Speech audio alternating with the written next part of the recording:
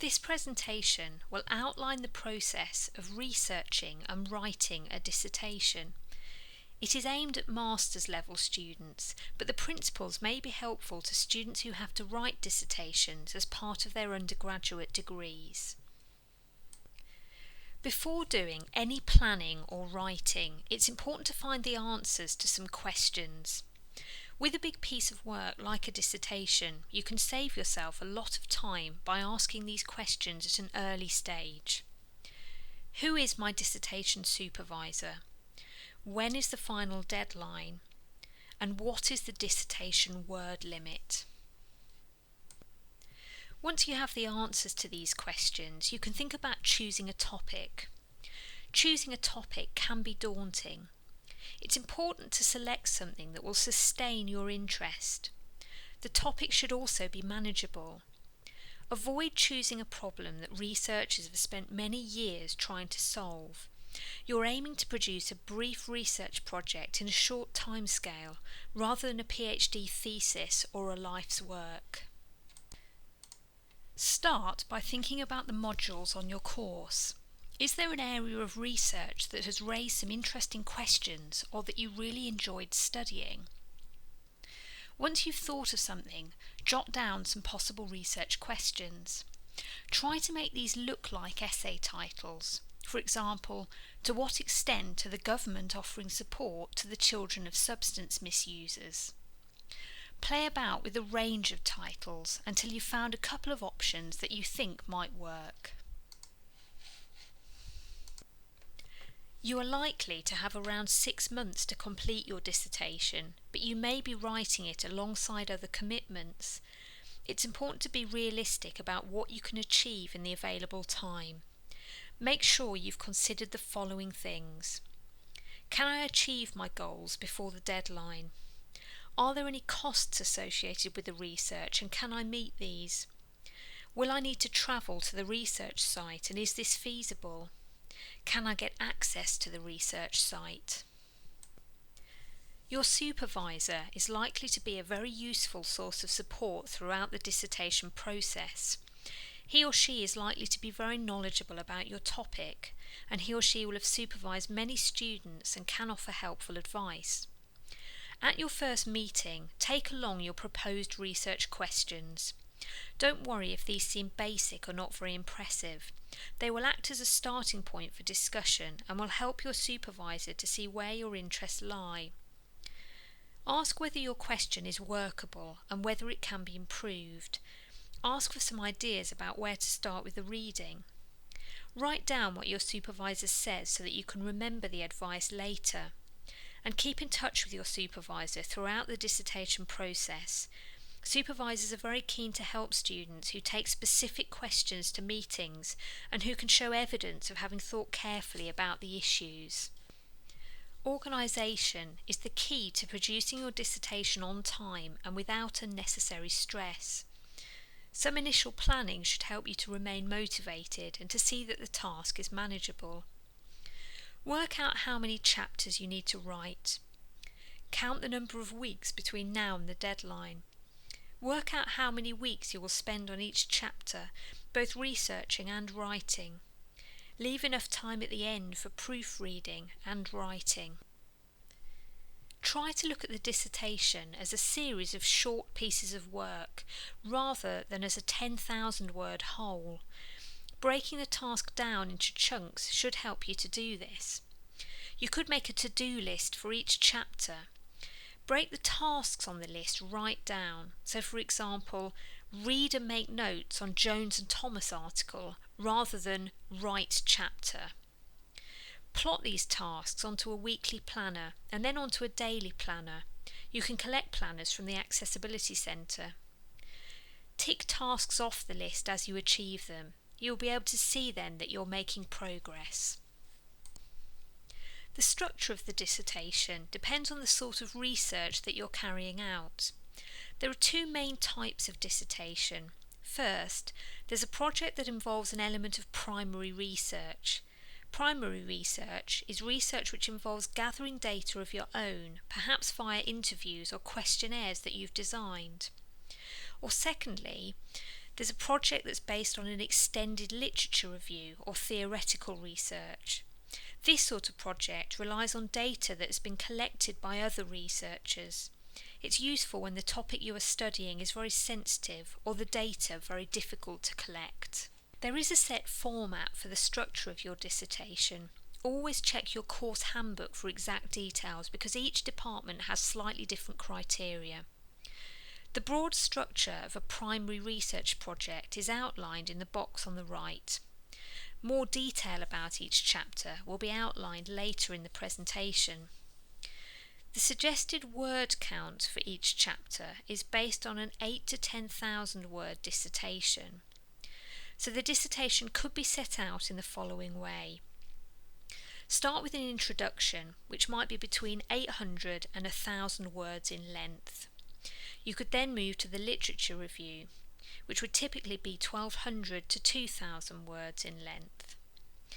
Next, write the methodology, which might be between 1,500 and 2,000 words. Then you need to include a chapter on the research process if you're in the School of Social Work, which might be between 800 words and 1,000 words.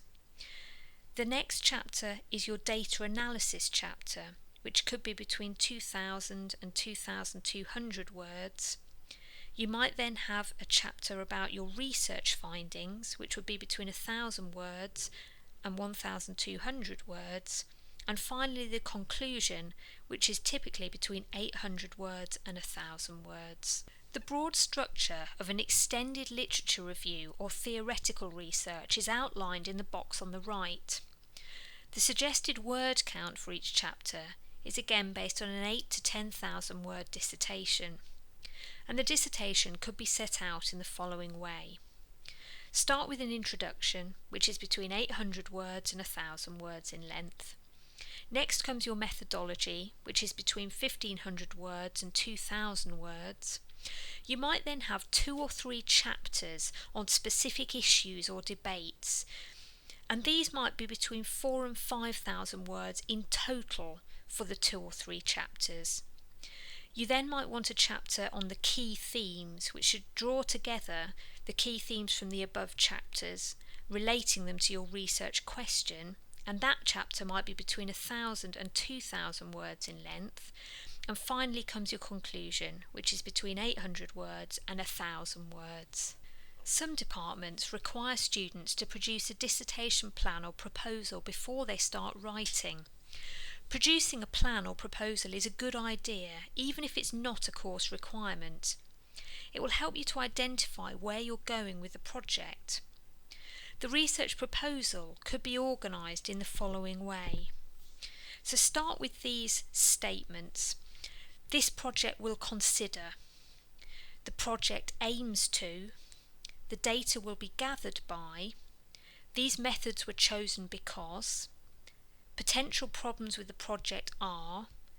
And expected outcomes are. Once you've produced this and shown it to your supervisor, you may be ready to start your research. The next section will describe the purpose of each dissertation chapter and what you need to do before you start writing. The purpose of the introductory chapter is to set out the scope of your research project and to explain how you will go about answering your research questions. This chapter is typically between 800 and 1,000 words. The introduction should describe your topic and introduce the research questions. It should explain the significance or importance of the topic and why you have chosen it. It should also explain the structure of your dissertation by briefly describing the purpose of each chapter. After completing a dissertation plan or proposal, most people begin their reading, and you may already have done some work on this. This is in preparation for writing the literature review. This process is useful because it introduces you to what other researchers are saying about your topic of interest. Undertaking the literature survey could involve meeting with your supervisor to ask for recommended texts, but bear in mind that the dissertation is testing your independent research skills, so you can't expect more than a couple of text recommendations which are designed to start you off. You could also meet with the subject librarian, who will provide advice on possible sources. You could search for books and journal articles via the library catalogue. You could search recommended websites. And you could look at the abstracts for journal articles to decide whether they're relevant before reading the whole piece. If you're unsure about the process of researching and taking notes, you might like to see the presentation called Active Reading, which is at http://connect.le.ac.uk/reading, or the presentation on Making Notes, which is at http://connect.le.ac.uk/making notes. Once this process of literature survey is complete, you can start your literature review chapter. A lot of people write the literature review chapter first. This is a chapter that you can write without having gathered any primary data. Students carrying out an extended literature review will need 2 or 3 literature review chapters. The function of the literature review chapter is to identify the key debates in your research area, which includes the theories or ideas of researchers in the field. It's to evaluate these ideas. Can you see any flaws in the arguments presented? The function of the literature review chapter is also to analyse the assumptions of other researchers. The process of collecting data only applies to students who are carrying out a primary research project. Students who are carrying out an extended literature review will produce 2 or 3 literature review chapters that present what other researchers have found. The data collection for primary researchers can be time-consuming. It needs to be well thought out to avoid collecting more data than you can use. Ask your supervisor for guidance on data collection. Leave enough time to negotiate access to the research site. When interviewing people, make sure you are well prepared for the meeting. Think about how you will record any information that you collect, and set up a system for analysing and storing your data. The methodology chapter is another chapter that can be written early in the process. You can start writing this chapter as soon as you've decided on your data collection methods. The purpose of the methodology is to allow you to justify your chosen research methods. In this chapter, you should state your research question and how it relates to existing literature. You should describe how you will investigate your research questions. Are you using interviews, questionnaires, or diaries, for example? Explain why these methods are suitable in helping you to answer your research questions. Why use these and not other methods? What are the limitations of your chosen approaches? And are there any ethical issues you need to consider? It's expected that your methodology chapter will include references. There are a number of books in the library that cover the strengths and weaknesses of different research methods, and you should refer to some of these in relation to the methods that you have chosen. The research process chapter is only required of School of Social Work students. This chapter allows you to explain how your research changed over the course of the project, and the chapter needs to be between 800 and 1,000 words in length. Most people find that they have to adapt their research methods in some way after the project has started. This chapter should highlight the way the research has developed over time and highlight any key issues to do with the research process that the reader needs to know about. The purpose of the data analysis chapter is for you to outline the results of your data collection. If you have interview data or written survey responses, you may want to select some quotations that help you to answer your research questions. This chapter might be between 2,000 and 2,200 words in length. Explain the results of your research and link the findings to your original research questions. What is your data saying? Link this information to what other researchers have said about your research area. Refer back to your literature review. Make sure that you provide enough evidence to allow your reader to evaluate whether your conclusions are valid. Explain any problems you encountered with the data. The purpose of the Research Findings chapter is for you to link your data to your research questions and the views of other researchers in the field.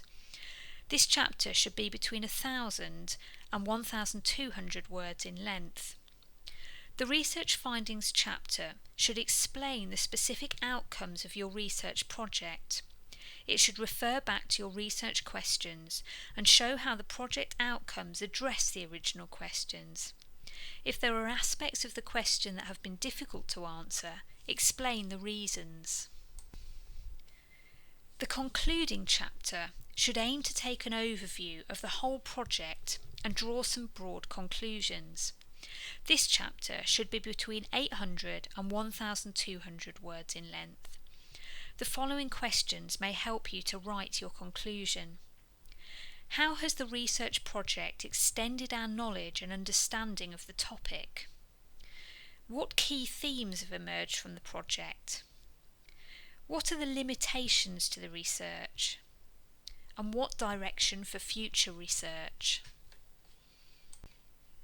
A dissertation should include a full list of all the sources that have been referred to. Each department has their own referencing conventions. Check your departmental handbook to make sure that you present your references correctly. Some general guidance might be to check the spellings of author names throughout your writing. Check that every reference in the text is in your references list.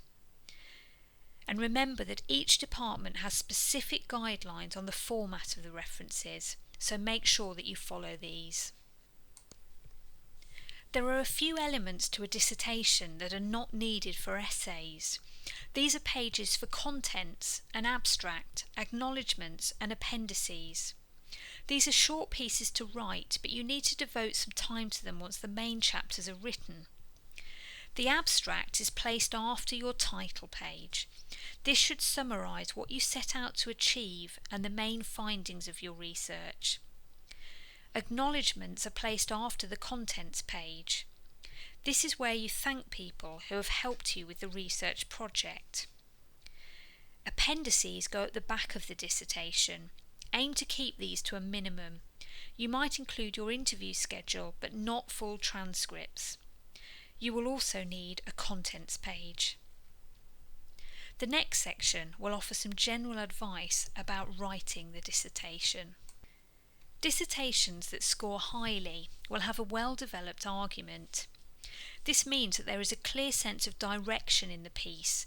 The arguments of other researchers and your own data will be drawn in to lend credibility to your developing argument. Here are some ways to develop an argument. You could agree with or reject the point of view of another researcher or researchers. For example, Smith suggests that, however, his argument does not take account of. You could develop an existing point of view. For example, if Bernstein's ideas about framing are applied to this problem, it is possible to see that. You could come up with a new perspective on a problem or issue, perhaps by applying a new theory or introducing new information. For example, in view of the government's new policy on, the problem can now be redefined as. Developing an argument does involve stating your opinion. The marker is interested in your opinion and wants to hear your thoughts on the research question. However, there are conventions for expressing your opinion in academic writing. You should avoid saying "I think" or "I believe." There are a number of ways of making your opinion clear, but presenting this opinion in a more balanced way. For example, you could use phrases like, "It seems clear from the evidence that," "On balance, the evidence suggests that," "It is not certain that." It is easier to develop an argument if you have some linking words that you can use. These words might also be called signposting words because they indicate to the reader an alternative point of view, or a change of direction. The tables to the right show some examples. Words for adding to or developing might include in addition, furthermore, moreover, therefore, or hence, and words for considering other views or evidence might be alternatively, nevertheless, even so, and however. You may find the following books helpful if you're interested in doing some further reading. There's Essays and Dissertations by Chris Mounsey, or Doing Your Research Project by Judith Bell. For more information, you could make an appointment to see a study advisor in the Accessibility Centre. You can telephone 0116 252 5002, email accessable@le.ac.uk, or drop into the centre, which is based on the ground floor of the David Wilson Library. This presentation is part of a series of study skills presentations for dyslexic students that have been produced by the Accessibility Centre. These can be found at www.le.ac.uk/SSDS/accessibility. The Accessibility Centre is very interested in your feedback on this presentation. If you have any comments to make, either positive or negative, please email Claire on clg20@le.ac.uk.